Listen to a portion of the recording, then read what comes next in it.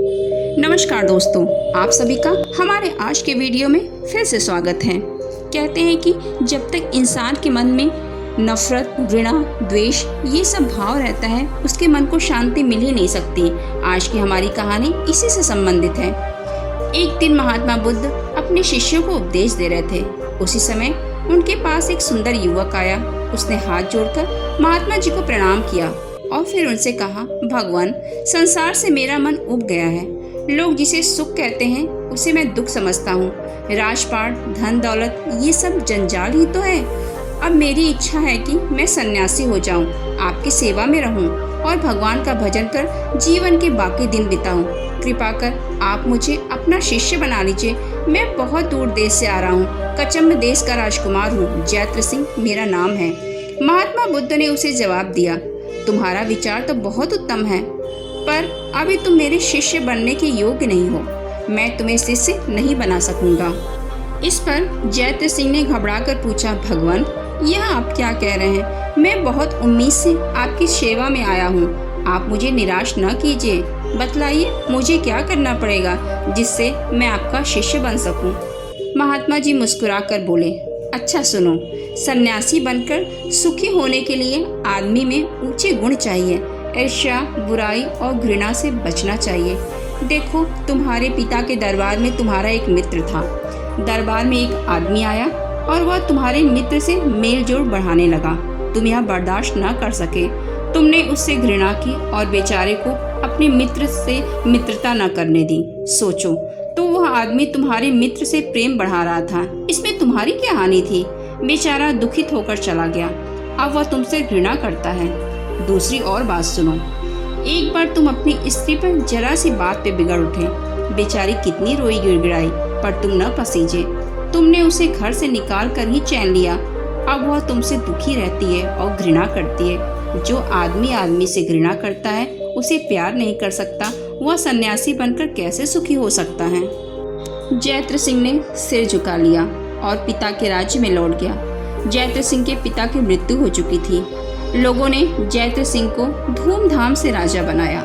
जैत्र सिंह राजा बन प्रेम से प्रजा का पालन करने लगा। प्रजा भी उसे खूब चाहने लगी। जैत्र सिंह को बुद्ध देव की बातें लग गई थीं।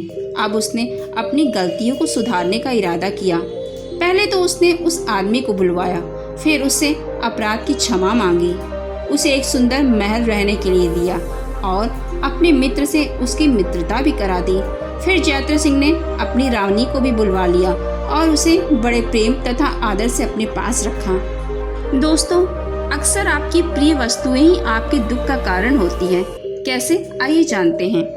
जैत्र सिंह के ये काम देख कुछ मतलबी आदमी नाराज हो गए, पर जैत्र सिंह ने उनकी नाराजगी की जरा भी परवाह न की।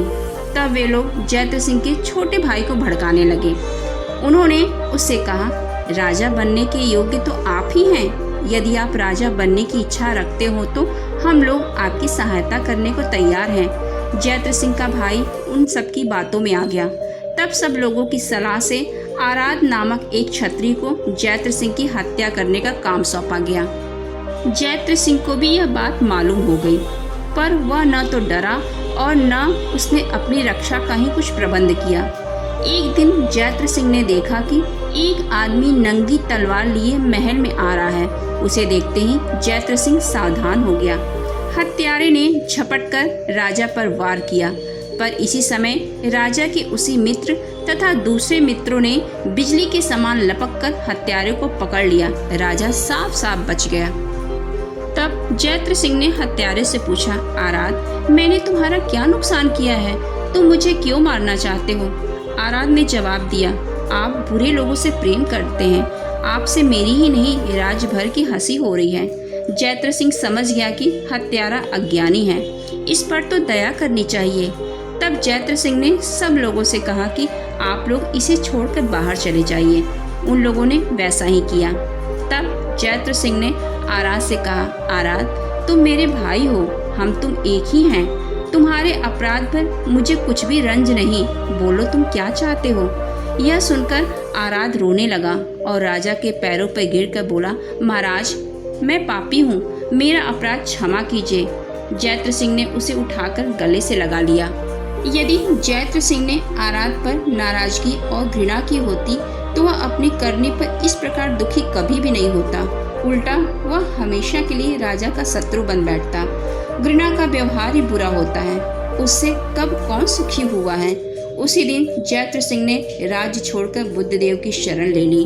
दोस्तों, उम्मीद करती हूँ कि आप सभी को महात्मा बुद्ध और जयद्रथ सिंह की यह स्टोरी जरूर पसंद आई होगी। तो हमें कमेंट बॉक्स में कमेंट करके जरूर बताइएगा। आपके किसी भी प्रश्न एवं सुझावों का स्वागत है। हमारे इस वीडियो को अंत तक सुनने के लिए आपका दिल से धन्यवाद।